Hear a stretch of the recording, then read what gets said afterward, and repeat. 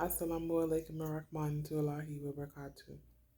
This is a Muslima's reflection. Today I was reading Surah Al-An'am, Surah 6 in the Quran, and ayat 65 really got me to pondering and thinking about a lot of different things. Um, Anything that I say that is incorrect or misguiding is from the shaitan. And anything that I say that provides knowledge, understanding, wisdom, guidance, I give all credit to Allah subhanahu wa ta'ala. A'udhu billahi minash shaitanir rajim. Bismillahir rahmanir rahim. This surah talks about the torment. And it also talks about Yalbisakum, which is confusion, to be in a state of confusion, division, to divide into sects and different parties. And it got me to thinking about the behavior of our Ummah today. To give a little bit of a background story, Prophet Muhammad sallallahu alaihi wasallam, there's a hadith in Sahih Muslim that talks about when him and his companions were traveling, they came to the masjid Bani Muawiyah, and Prophet Muhammad sallallahu alaihi wasallam and his companions made 2 rakats in this masjid, and he made a long supplication, and he shared what his supplication was for. He asked Allah subhanahu wa ta'ala for 3 things. The first thing that he asked him for is to not allow his ummah to be destroyed in the way that the nations were before him.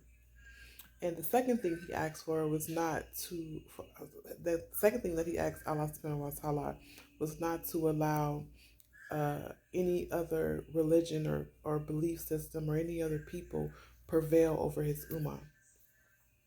And the last thing that he asked for was for his ummah not to deal with the state of confusion, the Yalbisakum.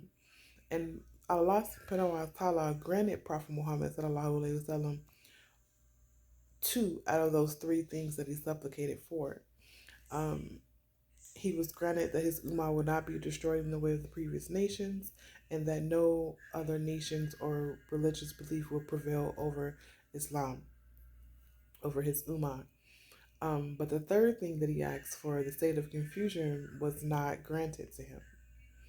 And it got me to thinking about our ummah today. We are dealing with a lot of Yalbisakum. We're dealing with a lot of confusion in regards to just people are mixing in culture and innovation and all these things, and we're truly divided. Our ummah is divided. If you think about it, there's a war on schools of thoughts. um People talk about this particular school, this school, this school, that school. My school is better than yours, my school, and this and this and that. We sound like a bunch of bickering children. We're supposed to be connected together. And it also, it got me thinking about the hadith of the 73 sects. This particular ayat connects with that ayat is, excuse me, this particular ayat connects with that hadith about the 73 sects, and only one will be entered in paradise. So 72 are going away. And I believe it's because of our division. We are misguiding our people to thinking that this school of thought is better than the next, and we are dividing amongst each other, and we're criticizing amongst each other in a negative manner.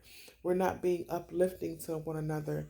We're not correcting each other when we are wrong in the kind and courteous manner as the ways of Prophet Muhammad sallallahu alaihi wasallam. We all claim to be believers. We all say that we are believers. We all say that we follow the Quran and the Sunnah of Prophet Muhammad sallallahu alaihi wasallam. But does our actions show that? When we can get on video and camera and degrade another Muslim brother or another Muslim sister because they're speaking the truth, and you don't agree because your personal ego, your pride is in the way, and we have to remember that jealousy and ego and pride is from the shaitan. We must be able to understand that, and for us to have all these leaders and scholars of this ummah that are not displaying positive characteristics from Prophet Muhammad sallallahu alaihi wasallam has me questioning. It makes me question that this is our test. This is our test for our Ummah in general, because Allah subhanahu wa ta'ala tells us that we will be tried and tested. How can the nations before us be tried and tested and we're not? Although we are told that we're the best from the nations before, that means that we're the best. That means we're going to be tried the most. And what way to try us harder than to have the Yalbisakum, the division? We must come together, and it must come together as this Ummah. We are the best, and yet we behave, to me, sometimes the worst. Um, it's just amazing to me that I just got that reflection in regards to coming across that ayat that is like, wow, this is going on right now. We are truly divided into sectors. There's the Sunni this, and uh, Salafi this, and Maliki this, and Hanabi this, and Hanabal that. And at the end of the day, we're all supposed to be following the Quran and Sunnah of Prophet Muhammad sallallahu alaihi wasallam. We're supposed to be following the word of Allah subhanahu wa ta'ala. We are becoming extremists, involving our culture and our personal beliefs into this deen. And this deen is very straightforward. Allah subhanahu wa ta'ala gives us it clear and plain as day for those who seek and have understanding. And I just find it amazing how we can claim to be so knowledgeable, yet we don't we don't display the knowledge. We display the nafs. You know, we display our nafs more than we display our knowledge of the deen. Excuse me. It got me to thinking about, like, there was there's a reason why his last supplication was not granted for his ummah, and we're being tested right now. And I really feel in this moment that we are struggling to pass this test. Yes, human creation. We were created in hardship and struggle, but for those of us who are scholarly or more knowledgeable, or feel like you have to graduate from an Islamic school to be considered a scholar or considered to have knowledge, that I don't agree with that. I have to agree to disagree. Yes, going to an Islamic school gives you a lot of insight, but seeking knowledge for yourself does so. It's one and the same. It's about seeking the knowledge and gaining the understanding. I'm just trying to figure out how can people be hafiz of the Quran and of the and we forget about this part. We forget about that we are warned about us being divided. We must stand together. We must find a way to connect together in this ummah. We have to remember that Allah subhanahu wa ta'ala is Al Qahir. It means he controls everything. He controls everything, you know. But he's given us an opportunity to take control of ourselves and how we deal with each other. And we need to put out more kindness and generosity and understanding. Charity is not just about money, but it's about how you treat people as well. How you deal with your fellow brothers and sisters is very important.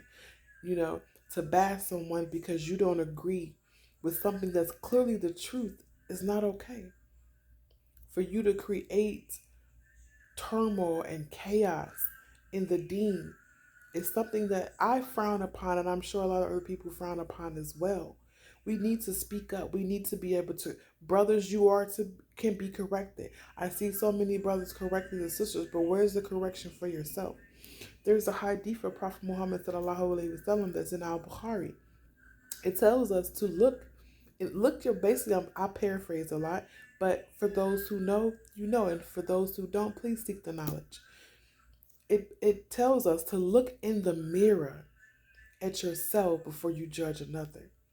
But I feel like we're so quick to judge another because, oh, I read 10,000 Islamic studies books and I know this and I know that.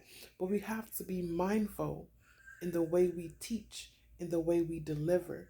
We don't have to be combative to get our point across. We don't have to be loud and scream. We don't have to insult anyone to get our point across. If you truly study the seerah of Prophet Muhammad sallallahu alaihi wasallam, you would know that he was not that way. You would know that his point was across. in the most gentle and kindest manner. So I say to my Ummah, reflecting on Surah 6, Al-An'am, ayat 65, regarding the torment, regarding Yalbisakum. Think about that. Think about what we were given and how we are warned. And think about how we can do better moving forward.